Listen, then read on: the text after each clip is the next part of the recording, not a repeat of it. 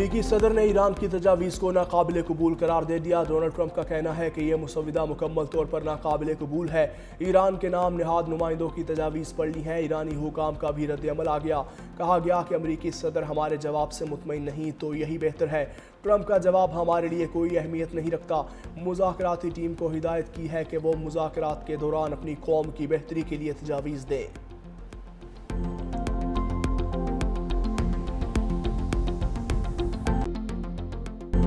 پاکستانی قیادت نے دشمن کو مارکہ حق پر دیا سبق پھر یاد دلا دیا۔ مرکزی تقریب کے خطاب میں صدر مملکت آصف علی زرداری نے کہا کہ بھارتی جارحیت پر پاکستان کا جواب تاریخ کا سنہری باب ہے۔ پہلگام فوج فلیگ آپریشن کے بعد پاکستان پر جارحیت مسلط کی گئی۔ بھارتی قیادت نے اپنے عوام کو گمراہ کرتے ہوئے جارحیت کا راستہ اپنایا۔ فیلڈ مارشل کی قیادت میں افواج پاکستان نے اپنی مہارت ثابت کی۔ پاک فضائیہ نے دشمن پر اپنی دھاک بٹھائی۔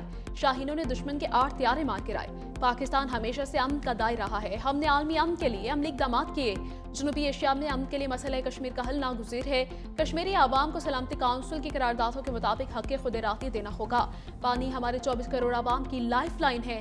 اپنے آبی مفادات کا ہر قیمت پر تحفظ کریں گے۔ افغان سرزمین کا پاکستان سمیت دوسرے ملکوں میں دہشت گردی کے لیے استعمال بند ہونا چاہیے۔ صدر مملکت کا فلسطینی عوام کی حمایت کے عزم کا اعادہ۔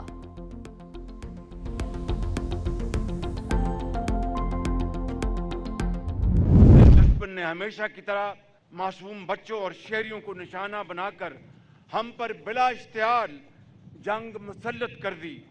ہماری بہادر افواج نے دشمن کی طرف سے تاریکی میں کیے گئے حملے کا تاریخی جواب دیا۔ ہمارے شاہین دشمن پر جھپٹے تو بزدل دشمن کو جان کے لالے پڑ گئے۔ فتح میزائلوں نے بھارت کے فضائی دفاع کے نظام کو نیست و نابود کر دیا۔ ہر طرف ہمارے شاہینوں کا غلبہ تھا اور ہر جانب دشمن کے طیاروں کا ملبہ تھا۔ ہر طرف شاہینوں کا غلبہ اور دشمن کے طیاروں کا ملبہ تھا۔ وزیر اعظم شہباز شریف کا مارکہ حق کی مرکزی تقریب سے خطاب۔ کہا بزدل دشمن نے ہم پر جنگ مسلط کر دی جس کا بہادر افواج نے تاریخی جواب دیا۔ بھارت نے ہماری پیشکش کے جواب میں جارحیت کا راستہ اختیار کیا۔ جب ہمارے شاہین دشمن پر جھپٹے تو دشمن کو جان کے لالے پڑ گئے۔ پاکستان کی مسلح افواج نے ہمیشہ پیشہ ورانہ مہارت سے دشمن کو سبق سکھایا۔ پاک بھارت جنگ بندی کے لیے صدر ٹرمپ نے اپنا کردار ادا کیا۔ سعودی عرب، ترکیہ، چین اور دوست ممالک کا بھی شکریہ ادا کرتا ہوں۔ دو ایٹمی ملکوں میں جنگ جاری رہتی تو اس کا بھیانک انجام ہوتا۔ پوری قوم فیلڈ مارشل سید عاصم منیر کو سلام پیش کرتی ہے۔ فتنہ الخوارج اور فتنہ الہندوستان کو ختم کر کے دم لیں گے۔ نہتے کشمیریوں کی منصفانہ جدوجہد کی حمایت جاری رکھیں گے۔ وزیر اعظم کا 10 مئی کو یوم مارکہ حق سے منسوب کرنے کا اعلان۔ دشمن جان لے ہر پاکستانی کے خون کا بدلہ لیں گے۔ فیلڈ مارشل سید عاصم منیر کا 2 ٹوک پیغام۔ GHQ میں خطاب کرتے ہوئے کہا آئندہ جارحیت کی تو نتائج خطرناک ہوں گے۔ پاک فضائیہ نے 26 اہداف کو کامیابی سے نشانہ بنایا۔ افواج پاکستان اور عوام پہلے کبھی طاقت سے مرغوب ہوئے نہ آئندہ ہوں گے۔ مارکہ حق میں بھارت کو منہ توڑ جواب دیا گیا۔ پاکستان نے ہر مرتبہ دشمن کو شکست فاش سے دوچار کیا۔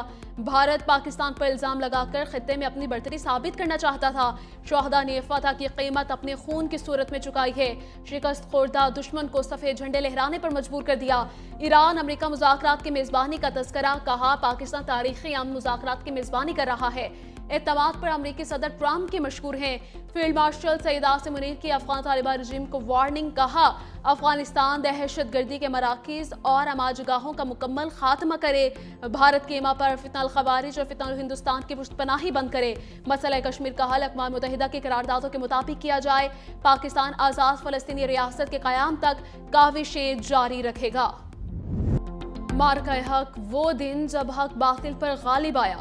مارکہ حق کا 1 سال مکمل ہونے پر پاکستان مونومنٹ پر خصوصی تقریب۔ صدر مملکت آصف علی زرداری، وزیر اعظم شہباز شریف، فیلڈ مارشل سید عاصم منیر کی شرکت، مسلح افواج کے سربراہ بھی شریک ہوئے۔ تقریب میں شہداء کے لیے 1 منٹ کی خاموشی۔ موسم کی خرابی کے باوجود تقریب جاری رہی۔ گلوکاروں کے ملی نغموں نے دلوں کو گرما دیا۔ بچوں نے ملی نغمے گنگنا کر خوب داد وصول کی۔ GHQ میں بنیاد مرصوص کو 1 سال مکمل ہونے پر تقریب۔ Chief of defence forces field marshal Syed Asim Munir کی یادگار شہداء پر حاضری، پھول رکھے، فاتح خوانی کی۔ Air chief Zaheer Ahmed Babar Sidhu, naval chief admiral Naveed Ashraf نے بھی یادگار شہداء پر پھول رکھے۔ پاک فوج کے چاق و چوبند دستے کی سلامی۔